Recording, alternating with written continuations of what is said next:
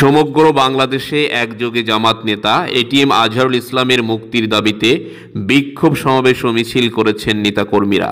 Fascist হাসিনার শাসন আমলে মিথ্যা মামলায় দণ্ডপ্রাপ্ত জামাত ইসলামের কেন্দ্রীয় নেতা এটিএম আজহারুল ইসলামের নিঃশর্তে মুক্তির দাবিতে বাংলাদেশের প্রতিটি স্থানে বিক্ষোভ মিছিল সমাবেশ করেছেন জামাতের নেতাকর্মীরা। দীর্ঘ 16 বছরে স্বৈরশাসক শেখ হাসিনার নির্যাতনের জাতাকলে সকলেই নিষ্পেষিত হয়েছিল, বিভিন্নভাবে জুলুমের শিকার হয়েছিল। কাউকে মিথ্যা মামলা দিয়ে জেলের প্রকোষ্ঠে বন্দী রেখে নির্যাতন, কাউকে রাতের আধারে বা প্রকাশ্য দিবালোকে ধরে নিয়ে বিচার বহির্ভূত হত্যা।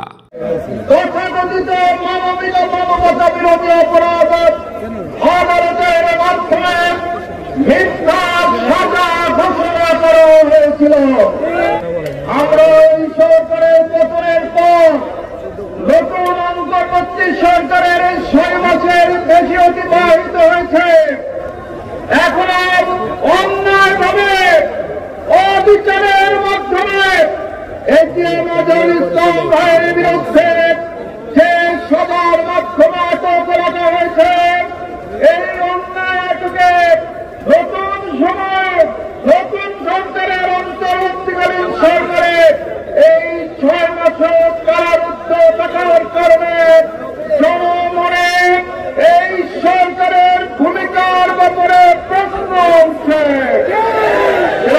দেশের বিভিন্ন স্থান থেকে নেতাকর্মীদেরকে ধরে এনে গুম করে নদীর গর্ভে লাশ ফেলে দেওয়া, আয়নাঘরে বন্দি রেখে বছরের পর বছর মানবাধিকার লঙ্ঘনের পাশাপাশি অমানবিক নির্যাতন করা, সাধারণ নাগরিকের স্বাধীনতা বলে কিছুই তখন অবশিষ্ট ছিল না।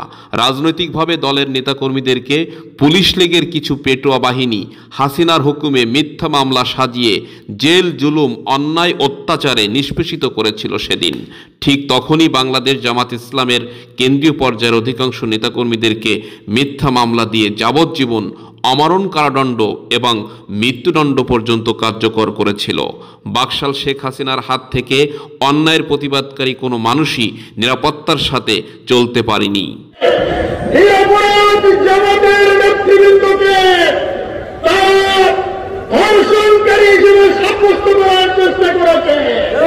মানুষকে হত্যা করেছে, সেই মৃত্যুগুলো বলার জন্য তারা ছাত্রীদেরকে আহ্বান জানিয়েছে। ওরা একটা রায় লিখে দিয়েছে, আগে আদালতের কাছে পাঠিয়ে দিয়েছে।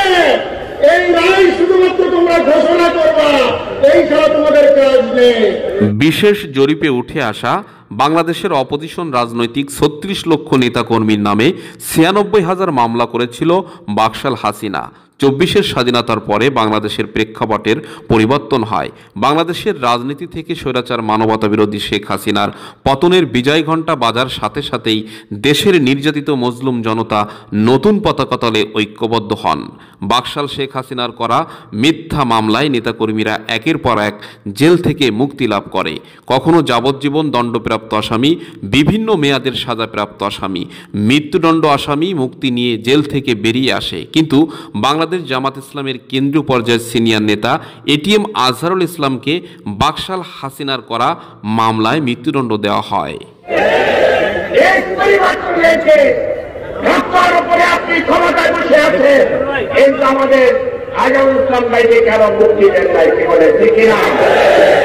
আমরা কিন্তু খুব শান্ত প্রিয় মানুষ, আমাদেরকে থাকতে পারবেন না, আমাদের ধৈর্যকে দুর্বল করে করবেন না, আমাদের নমনীয়তা, আইন শৃঙ্খলার প্রতি আমাদের সম্মান থাকার কারণে আমাদেরকে দুর্বলতা মনে করবেন না।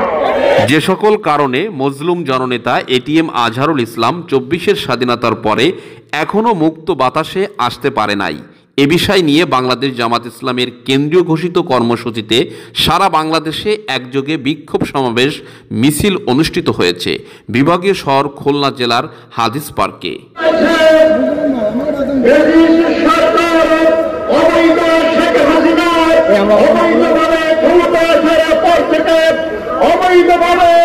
বাংলাদেশ জামাত ইসলামের নেতা কর্মীদের উপর নির্যাতন শুরু করেছিল, এমন নির্যাতন শুরু করেছিল নির্যাতন রেখে বাংলাদেশের সব থেকে জনপ্রিয়, সব থেকে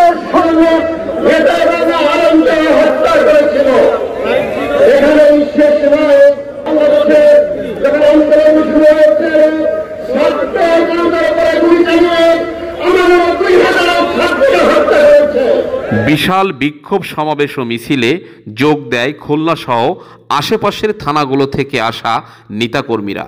বিক্ষোভ সমাবেশে বাংলাদেশ জামাত ইসলামের সেক্রেটারি জেনারেল অধ্যাপক মিয়া গোলাম পরোয়ার নিঃস্বার্থে এটিএম আজহারুল ইসলামের মুক্তির দাবির মধ্য দিয়ে বিশেষ আলোচনা করেন।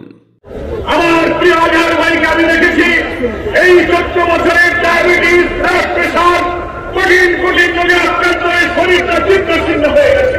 স্বৈরাচারী ফ্যাসিবাদীদের আন্দোলনে নেতৃত্ব দিয়ে রাজধানী ঢাকা সহ সারা বাংলাদেশের কোটি কোটি মানুষকে উত্তর আন্দোলনে তিনি উদ্বুদ্ধ করেছিলেন। সেই আজহার ভাই এখন হাঁটতে গেলে তার শরীর কাঁপতে থাকে, দেখলে মায়া লাগে। আজকে ফ্যাসিবাদের মন্ত্রী, মিনিস্টার, এমপিরা গ্রেফতার হয়ে কোর্টে যায় আর আসে, ছবিতে দেখি হাসতে হাসতে করা কোর্ট আঙ্গিনা থেকে বের হচ্ছে। কে বলেন ঠিক কিনা? কিন্তু এত বড় প্রিয় নেতা আজহার ভাইকে ডান্ডা মেরে বানানো হয়েছে, হাত করা বানানো, কাজ করায় তাকে উঠানো হয়েছে। খুলনার হাদিস পার্কে বাংলাদেশ জামাত ইসলামের নেতাকর্মীরা এটিএম আজহারুল ইসলামের মুক্তির দাবিতে সমবেত হন এবং বিক্ষোভ সমাবেশ ও মিছিল করেন, যেখানে জেলা পর্যায়ের, কেন্দ্রীয় পর্যায়ের নেতাকর্মীরা স্বৈরাচার শেখ হাসিনার শাসন আমলের জুডিশিয়াল ক্লিন প্রেক্ষাপট তুলে ধরেন। আমাদের 6 জন ভাইকে ওরা জুডিশিয়াল ক্লিন করেছে। নির্লজ্জভাবে আব্দুল কাদের মোল্লা ভাইকে যাবজ্জীবন কারাদণ্ড দেওয়ার পরেও আবার আইন সংশোধন করে আবার তাদের ফাঁসির রায় দিয়েছে। বিক্ষোভ সমাবেশে উপস্থিত নেতাকর্মীরা বজ্রকণ্ঠে এটিএম আজহারুল ইসলামের মুক্তির দাবিতে রাজপথ কম্পিত করে, যেখানে কেন্দ্রীয় সেক্রেটারি জেনারেল অধ্যাপক মিয়া গোলাম পরোয়ার অন্তর্বর্তীকালীন সরকারকে ইঙ্গিত করে এটিএম আজহারুল ইসলামের মুক্তি দাবি করেন। তিনি আইন উপদেষ্টা, স্বরাষ্ট্র উপদেষ্টা এবং রাষ্ট্রপতিকে ইঙ্গিত করেই বলেন, মজলুম জননেতা এটিএম আজহারুল ইসলামকে মুক্তি না দিলে কঠোর থেকে কঠোর আন্দোলন গড়ে তোলা হবে। কেননা বৈষম্য বিরোধী ছাত্র জনতার জীবনের বিনিময়ে এ স্বাধীনতা অর্জন করেছি আমরা, যার সুফল সকলেই ভোগ করছে। কিন্তু এটিএম আজহারুল ইসলাম এখনও জেলে, তাকে মুক্তি না দিলে আমাদের আন্দোলন আরও বেগবান হবে। বিগত সময়ে স্বৈরাচার শেখ হাসিনার দেওয়া মিথ্যা মামলায় সাজাপ্রাপ্ত বিভিন্ন মেয়াদে নেতাকর্মীরা জেল থেকে মুক্তি পেলেও এটিএম আজহারুল ইসলামকে মুক্তি দেওয়া হয় নাই। এটিএম আজহারুল ইসলামকে মুক্তি না দিলে আমরা জীবনের বিনিময় হলেও আমাদের প্রাণপ্রিয় নেতাকে জেল থেকে মুক্ত করেই ছাড়ব ইনশাআল্লাহ। ডক্টর প্রফেসর ইউনূস, আইন উপদেষ্টা আসিফ নজরুল, স্বরাষ্ট্র উপদেষ্টা লেফটেন্যান্ট কর্নেল জাহাঙ্গীরের কাছে আবেদন জানাবো, 5 তারিখে নতুন বাংলাদেশের পর ওই ফ্যাসিবাদী 17 বছরের যুগে আদালতের যত অবিচার হয়েছে, জুলুম হয়েছে, মিথ্যা মামলা, মিথ্যা সাজা,